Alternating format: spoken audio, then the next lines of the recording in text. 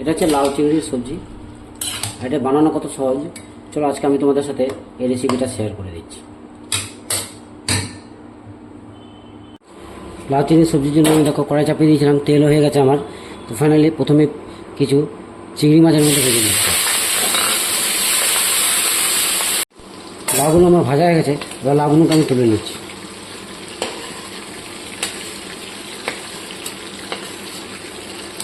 এবার ওই তেলে আমি ফোড়ন হিসেবে দিয়ে দিচ্ছি শুকনো লঙ্কা, তেজপাতা, কিছু জিরে, গোটা জিরে, আর দিয়ে দেবো একটু আদা ক্রাশ করে রেখেছিলাম, এটা দিয়ে দেবো। এবার কিছুক্ষণ এর মধ্যে একটু হতে দেবো। দিয়ে দিচ্ছি একটা ছোটো কড়া টমেটো কুচি। এবার এটাকে কিছুক্ষণ হতে দেবো। অ্যাড করে দিচ্ছি হলুদ গুঁড়ো 1 চামচ, 1 চামচ জিরে গুঁড়ো, আর দিয়ে দেবো স্বাদ অনুসারে লবণ, আর একটু কালারের জন্য দিয়ে দেবো সানরাইজ কাশ্মীরি গুঁড়ো লঙ্কা অল্প একটু দিয়ে দেবো।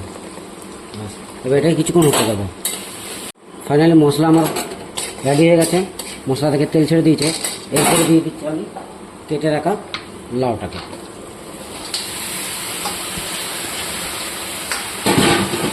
এবার এটাকে হতে দেবো। এবার এটাকে ঢেকে ঢেকে হতে দেবো।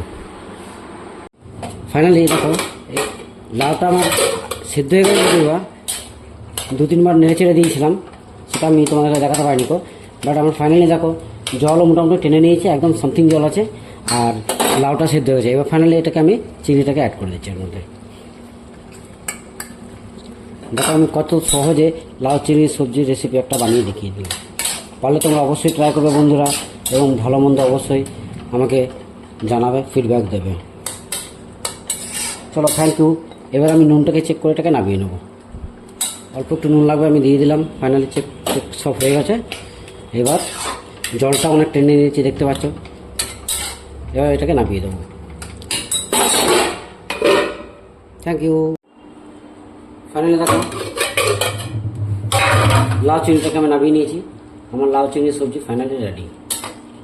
একদম সামথিং জল আছে, ওটাও থাক, অসুবিধা নেই, এমন বিশেষ জল নেই, খুব সামথিং আছে।